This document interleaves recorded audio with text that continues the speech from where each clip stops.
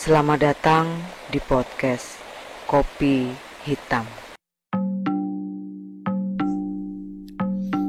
Halo para pendengar podcast Kopi Hitam. Kabar kalian pasti sehat ya? Harus pokoknya. Kalau gak terlalu sehat, ayo dengerin cerita ini bareng-bareng biar kalian paham bahwa kita cukup baik-baik saja. Malam ini saya akan membacakan cerita kisah nyata dari mojok.co yang ditulis oleh Agnes Putri Widyasari dengan judul Ekspedisi Alas Purwo. Tulisan ini sebenarnya terbagi dalam 4 part, tapi malam ini saya akan bacakan 2 part dulu, karena terlalu panjang kalau dibacain semua malam ini. Oke, saya langsung bacakan ya. Sebuah kisah nyata yang berjudul Ekspedisi Alas Purwo, ditulis oleh Agnes Putri Widyasari. Halo pembaca, di kesempatan kali ini saya akan menceritakan pengalaman ekspedisi ke Alas Purwo bersama sahabat dan paman saya. Ini adalah pengalaman pertama saya ikut proyek penelitian yang digagas paman, yang memang seorang arkeolog dan salah satu kurator museum di Indonesia. Sekarang paman lebih sibuk melakukan ekspedisi ke berbagai negara di dunia. Saat ini kabarnya beliau sedang ada proyek penelitian di Peru. Paman saya bernama Jaya. Dia akrab disapa sebagai Uncle Jack karena perawakannya yang hampir mirip dengan Jack Sparrow, salah satu tokoh dalam film Pirates of Caribbean. Rambutnya gondrong, ditemani janggut dan kumis yang khas. Paman saya berdarah asli Jawa. Ibunya yaitu Mbah Putri saya juga asli Jogja dan bapaknya atau Mbah Kakung asli Wonosobo. Uncle Jack adalah adik dari ibu saya. Maka dari itu, paman juga berdarah blasteran Jawa, Palembang, Sunda dan Belanda. Sama seperti saya. Nah, cerita ini dimulai pada 2015. Ketika saya baru saja menyelesaikan SMA di Tangerang. Saat itu, saya mempunyai sahabat karib SMA bernama Ajay, Dinda, dan Diah. Lantaran belum masuk kuliah, kami jadi mempunyai banyak waktu luang. Makanya, kami sering main ke rumah Mbah di Jakarta. Singkat cerita, karena saya terlalu excited saat membahas ekspedisi, akhirnya Uncle Jack mengajak saya dan kawan-kawan untuk ikut serta dalam sebuah proyek penelitian dan ekspedisi. Mendengar kata ekspedisi, tentu saja saya senang sekali. Ditambah, ini akan menjadi pengalaman pertama dan paling seru yang mungkin akan saya alami.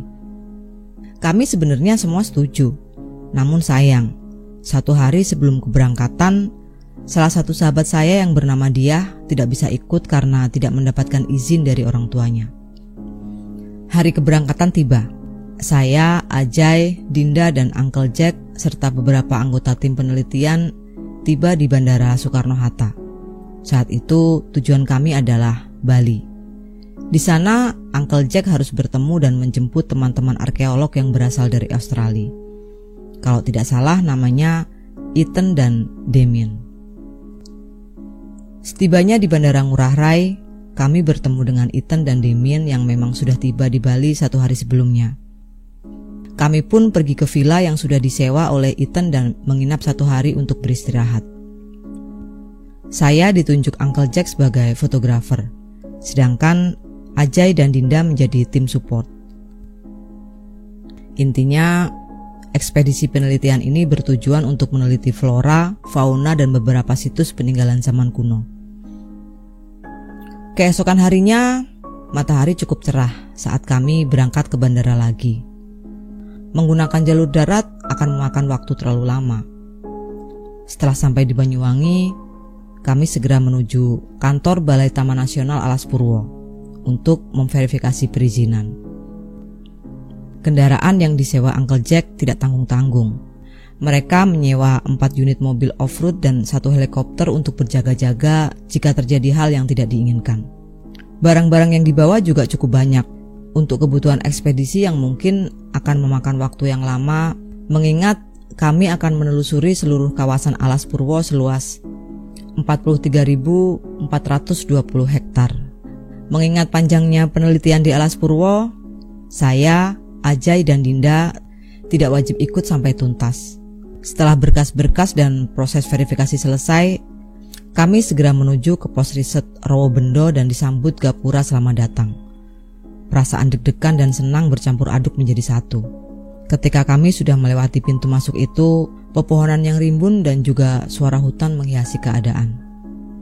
Dari pos Rawabendo itu, kami menuju ke situs bernama Kawitan.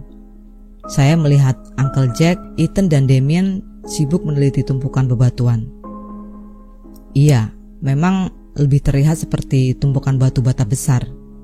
Namun anehnya, seakan situs Kawitan itu memancarkan energi dan aura yang terasa menekan.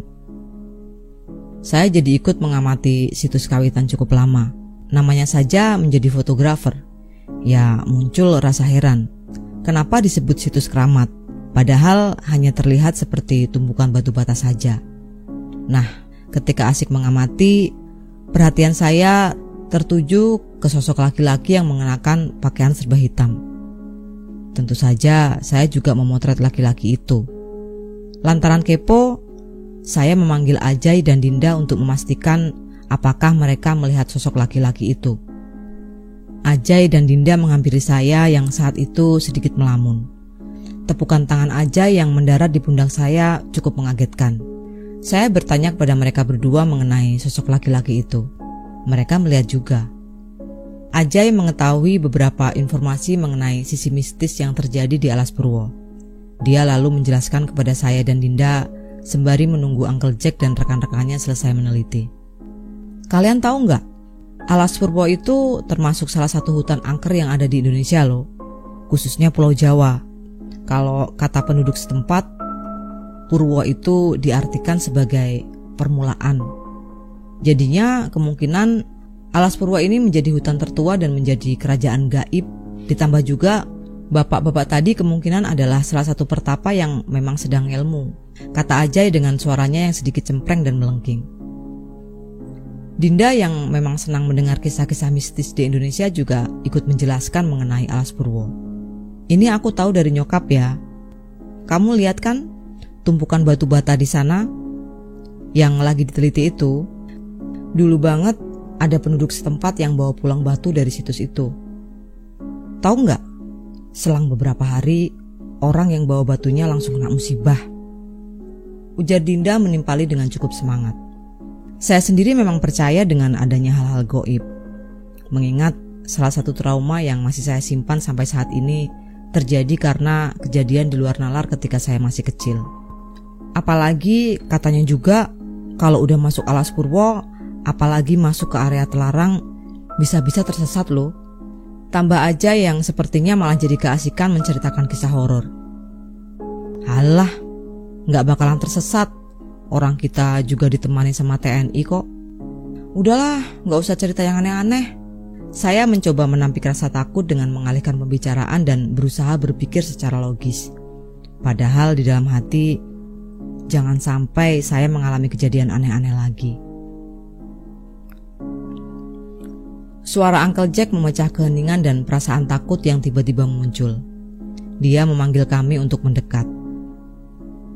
Jujur, Alas Purwo saat itu lebih sepi, padahal itu adalah salah satu destinasi wisata yang ramai di daerah Jawa Timur.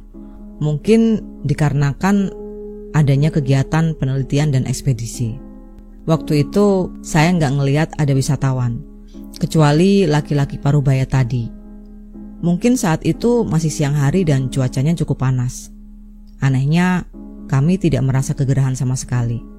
Bahkan lebih terasa dingin. Ya mungkin karena vegetasinya yang lebih lebat dan rapat membuat suasana menjadi asri dan tenang. Sembari berlari kecil, Ajay dan Dinda segera mendatangi Uncle Jack. Namun saya malah melamun dan masih memperhatikan laki-laki itu. Ketika dia memalingkan wajah ke arah saya, sontak saya kaget dong. Karena perawakannya memang menyeramkan bagi saya. Kayak dukun-dukun di film. Langsung saja saya berlari ke arah tim ekspedisi. Di sana, saya melihat Uncle Jack sudah menyelesaikan tugasnya. rombongan penelitian memutuskan untuk melanjutkan perjalanan ke Pura Giri Salaka. Lokasinya tidak jauh dari situs Kawitan. Kami hanya berjalan sebentar dan sudah sampai di lokasi. Gerbang Pura Giri Salaka cukup besar dan tinggi. Salah satu lokasi ibadah umat Hindu ini memang ikonik. Saya langsung dibuat terpukau oleh Pura Giri Salaka. Gak mau membuang waktu, saya ambil gambar setiap sisi pura. Sementara itu, Uncle Jack juga sudah siap dengan backpack berisi alat-alat penelitiannya. Tibalah saatnya saya memasuki Pura Giri Salaka. Satu langkah setelah melewati gerbang, saya merasakan aura yang berbeda. Tidak mengancam sih. Naluri saya seperti sudah disetting untuk merasakan hal-hal janggal berkaitan dengan makhluk-makhluk dari dimensi lain. Konon, gerbang dari Puri Salaka adalah sebuah gerbang menuju dimensi lain. Tentu saya tidak tahu dengan kebenaran kabar itu. Ajay dan Dinda juga sudah sibuk sedari tadi membantu para arkeolog, terutama Ethan dan Damien. Kami menghabiskan sekitar 1 jam di Giri Salaka sebelum melanjutkan perjalanan. Kami menuju ke daerah Sadengan menggunakan jeep, sembari mencari sampel objek yang akan kami teliti. Sebetulnya beberapa bagian jalan di Alas Purwo sudah beraspal, namun ada juga yang masih jalan tanah. Oleh sebab itu, kami harus sering turun dari mobil dan berjalan kaki untuk mengambil sampel penelitian. Sampai suatu waktu, ketika mobil melaju dengan kecepatan sedang, saya sekilas melihat sosok pria tua berdiri di pinggir jalan. Dari fisik dan wajahnya, mungkin sekitar 60 tahun. Dia hanya diam di pinggir jalan. Saat itu saya menduga kalau dia juga salah satu pertapa atau sedang napak tilas di Alas Purwo. Tidak jauh dari lokasi bapak tua berdiri, Uncle Jack menghentikan kendaraan. Kami akan berjalan kaki masuk hutan di sisi kanan jalan. Langkah kami ketika masuk hutan Alas Purwo disambut hembusan hawa dingin. Rasanya seperti ada yang berdiri di belakang saya. Berdiri sangat dekat, sampai saya bisa merasakan hembusan nafasnya di tengkuk saya.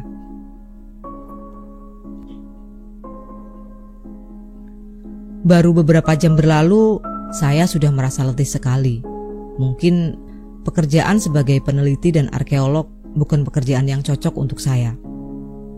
Baru saja saya selesai meneliti, kami harus melanjutkan perjalanan ke titik lain. Sampai di tengah perjalanan, saya melihat bapak tua yang tadi berdiri di pinggir jalan. Tidak jauh dari tempat si bapak tua itu berdiri, Uncle Jack menghentikan mobil dan saya pikir awalnya bapak tua itu adalah pertapa. Ternyata dia adalah kuncen atau juru kunci Alas Purwo. Jadi kami langsung berhenti ketika berpapasan dengannya. Sebelum masuk area pedalaman hutan Alas Purwo, tim ekspedisi sempat mengobrol sebentar dengan Mbah Kuncen. Mbah Kuncen juga merekomendasikan beberapa tempat yang layak untuk diteliti. Mbah Kuncen merekomendasikan untuk masuk ke jalur napak tilas. Beliau juga menyarankan untuk masuk ke gua-gua bersejarah yang ada di Alas Purwo. Salah satunya adalah Gua Istana, yang memang sudah sangat terkenal. Ya, kalau saya lihat dari daftar objek yang akan diteliti, Gua Istana memang salah satunya. Menurut Mbah Kuncen, konon katanya gua itu juga menjadi saksi bisu pertemuan Presiden pertama Indonesia Insinyur Soekarno dengan Nyi Roro Kidul, Ratu Pantai Selatan. Setelah mengobrol, kami melanjutkan perjalanan. Uncle Jack memberikan HT untuk masing-masing orang. Setelah semua alat berfungsi dengan baik, kami siap-siap mengambil perkakas dan tas carrier masing-masing. Saya, Ajay, dan Dinda hanya membawa tas daypack saja, karena kami juga sepertinya tidak akan mengikuti kegiatan ekspedisi ini sampai selesai. Awalnya, Uncle Jack sebagai ketua ekspedisi ingin melanjutkan perjalanan dengan berjalan kaki. Namun, lokasi Gua Istana ternyata masih cukup jauh. Sementara itu, akses jalan masih bisa dilalui mobil. Maka sembari menuju Gua Istana, kami akan mengambil sampel di hutan bambu Alas Purwo. Sebelum kami pergi, Mbah Kuncen sempat memberikan peringatan kepada kami. Saya masih ingat betul kata-kata beliau. Apa saja yang akan dilihat dan yang akan terjadi, jangan lupa tujuan dan niatmu datang ke tempat ini. Berpegang teguh pada keyakinan yang ada di hati. Mereka akan mencoba merasuk ke dalam hati dan pikiranmu. Maka jagalah hati dan pikiranmu dari hal-hal negatif. Saya sedikit aneh mendengar kata mereka. Siapa yang dimaksud oleh Mbah Kuncen? Apakah mereka itu para pertapa? Atau mereka itu adalah penghuni Alas Purwo? Saya sempat menanyakan itu ke Uncle Jack. Namun paman saya melarang saya memikirkan hal-hal seperti itu. Paman menjelaskan biasanya orang-orang zaman dulu itu memang suka memakai bahasa kiasan. Tujuannya untuk meyakinkan anak cucu dan keturunan. Ya intinya sih kami harus mengutamakan sopan santun di mana saja kami berada. Dan jangan melewati batasan-batasan tertentu. Sayangnya Damien yang memang tidak percaya dengan hal-hal mistis malah seperti mentertawakan peringatan Mbah Kuncen. Dia menampik semua yang disampaikan oleh juru kunci Alas Purwo itu. Baginya itu adalah mitos semata, bahkan terdengar seperti dongeng untuk anak kecil. Damien juga sempat-sempatnya menakuti saya, Ajay dan Dinda dengan berkata kalau ada sesuatu di pinggir jalan atau di balik pohon. Dan melihat reaksi kami yang ketakutan, dia tertawa puas. Lihat kan, itu karena kalian terlalu gampang percaya sama omongan orang tua tadi. Mendingan kalian santai, jangan terlalu dipedulikan. Itu cuma cerita dongeng. Aku sih gak percaya sama hal-hal kayak gitu, ucap Damien dengan bahasa Inggris. Ya, Damien mungkin tidak terlalu tahu kalau di balik pohon-pohon Alas Purwo memang ada yang mengawasi kami. Saya sempat beradu mulut dengan lelaki Australia itu. Bagi saya, hal-hal goib itu memang ada. Mereka hidup berdampingan dengan manusia. Tapi percuma menjelaskan, toh memang dia nggak percaya sama hal-hal begituan. Kami sempat terdiam dan hening saat di perjalanan, sebelum terdengar suara ledakan cukup keras. Kami semua dikagetkan dengan suara ledakan ban mobil. Mendengar itu, spontan Uncle Jack menghentikan mobilnya. Ethan segera turun dan memastikan kondisi ban mobil kami. Dia mengisyaratkan kondisi ban mobil kami sudah sangat buruk. Padahal sebelum berangkat, semua komponen mobil sudah diperiksa. Hasilnya semua dalam kondisi baik. Baru juga setengah jalan, kami harus dihadapkan dengan kondisi seperti itu. Uncle Jack menyuruh saya, Ajay, Dinda dan Damien untuk turun dari mobil. Mendengar obrolan Ethan dengan paman, sepertinya kami tetap harus melanjutkan perjalanan dengan menumpang mobil tim lain. Saat itu tim kami dibagi dalam 3 mobil. Saya dan Ajay ikut mobil kedua, Ethan dan Dinda ikut mobil ketiga, dan Uncle Jack serta Damien berada di mobil keempat. Cukup desak-desakan karena mobilnya sudah sesak oleh perkakas untuk keperluan ekspedisi. Kalau tidak salah menghitung, butuh waktu sekitar 7 menit berjalan, kami sampai di lokasi dekat gua. Mobil kami tinggal di pos pancur dan langsung berjalan kaki menuju gua istana. Bersambung. Di bagian ini memang belum ada ketegangannya ya. Tapi tunggu lanjutan cerita ini. Bakalan seru. Asli seru.